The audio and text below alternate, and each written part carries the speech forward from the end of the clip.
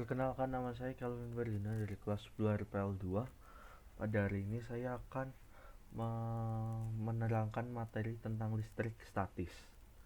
Yang pertama-tama, listrik statis.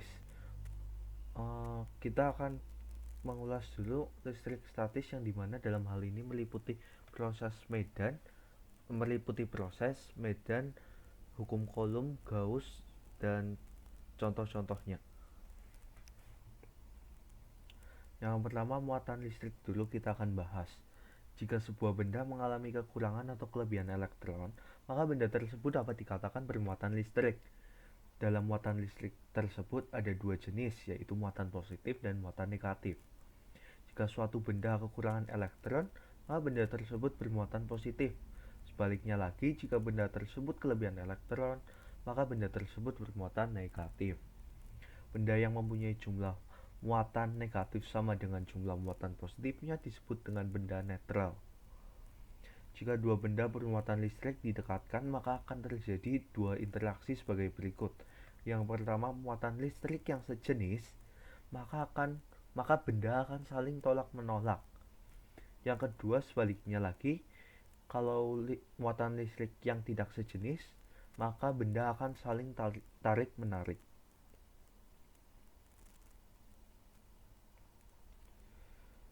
Menggosok permukaan benda dengan benda lainnya juga dapat menghasilkan muatan listrik positif maupun negatif. Misalnya kita menggosokkan penggaris berulang kali dengan kain wol. Setelah itu penggaris akan bermuatan listrik negatif karena muatan elektron dari kainnya. Yang kedua, wol berpindah ke penggaris, sedangkan kain wol akan bermuatan positif. Batang kaca yang digosok dengan kain sutra atau dengan kain wol menghasilkan muatan listrik positif pada kaca dan muatan listrik negatif pada kain sutra atau kain wol. Karena kain sutra atau kain wol menerima muatan elektron dari batang kaca tersebut. Yang ketiga, ketika ebonit digosokkan berulang kali dengan kain wol, ebonit tersebut akan menghasilkan muatan listrik negatif karena elektron pada kain wol berpindah ke ebonit. Setelah bermuatan listrik, muatan tersebut akan diam di dalam benda sehingga muatan listrik tersebut dinamakan listrik statis. Lalu ada elektroskop yaitu suatu alat yang digunakan untuk mengetahui keberadaan muatan listrik pada suatu benda. Bagian-bagian yang ada dalam elektroskop yaitu terdiri dari, yang pertama ada kepala atau knob, yang kedua ada batang logam atau konduktor, yang ketiga daun logam yang dapat membuka dan menutup, yang terakhir ada selubung. Induksi dapat membuat elektroskop menjadi bermuatan listrik. Dengan cara induksi tersebut akan diperoleh muatan listrik yang berbeda jenis dengan muatan listrik benda yang digunakan untuk menginduksi. Elektroskop yang telah bermuatan listrik dan diketahui jenis muatannya dapat digunakan untuk menentukan jenis muatan listrik suatu benda. Suatu benda yang didekatkan pada elektroskop akan berakibat pada daun logam. Jika daun lebih mekar, maka benda tersebut bermuatan sejenis dengan muatan listrik elektroskop. Sebaliknya, jika daun lebih menguncup atau lebih mengecil, berarti benda yang didekatkan bermuatan tidak sejenis dengan muatan elektroskopnya. Lalu kita akan beralih ke pengertian listrik statis. Listrik sendiri berasal dari bahasa Inggris yang disebut electricity atau electric atau electrical.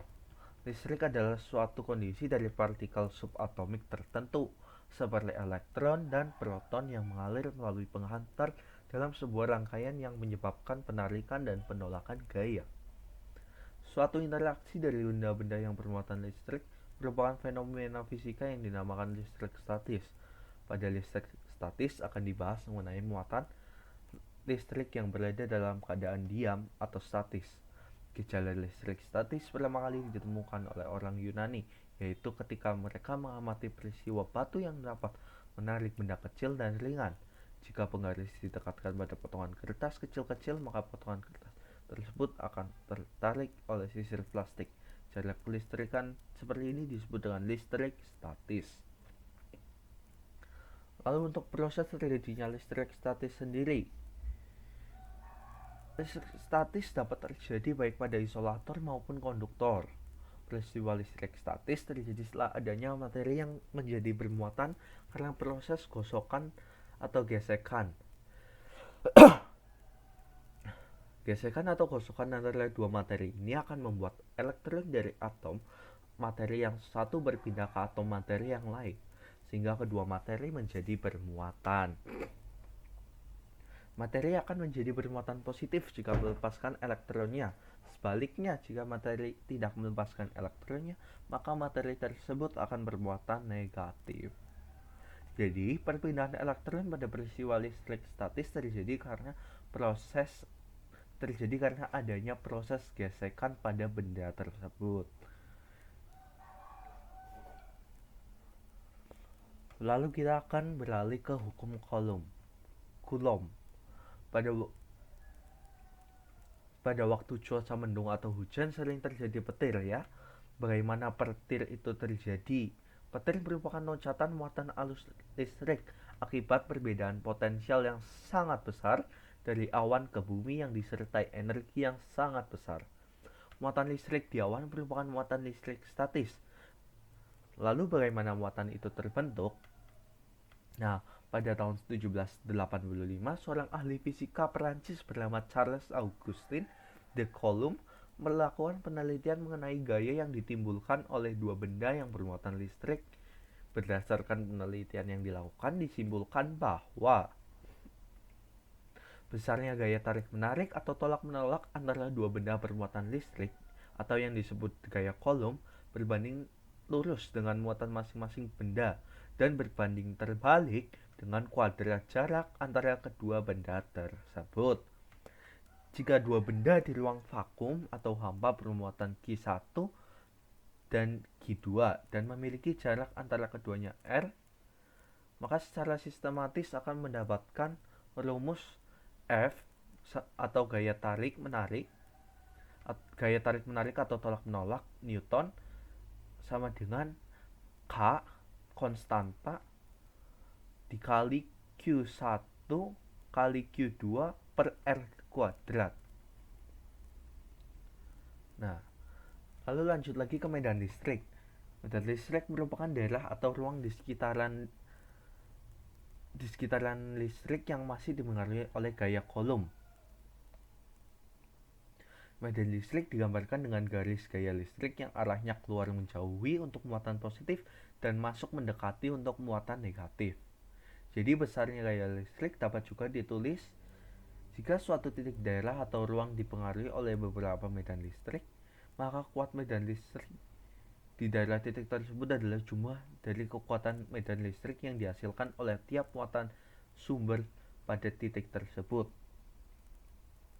Atau bisa dengan rumus E total sama dengan E1 ditambah E2 ditambah E3 ditambah E4 dan seterusnya. Nah, sudah selesai medan listrik, kita lanjut ke hukum Gauss. Hukum Gauss menjelaskan hubungan flux listrik jumlah garis medan yang menembus untuk permukaan tertutup dengan jumlah muatan listrik yang dilindungi oleh permukaan tertutup itu. Hukum ini digunakan untuk menentukan kuat medan listrik pada bola konduktor dan pada keping sejajar. Flux listrik adalah sejumlah garis medan yang menembus lurus suatu bidang A.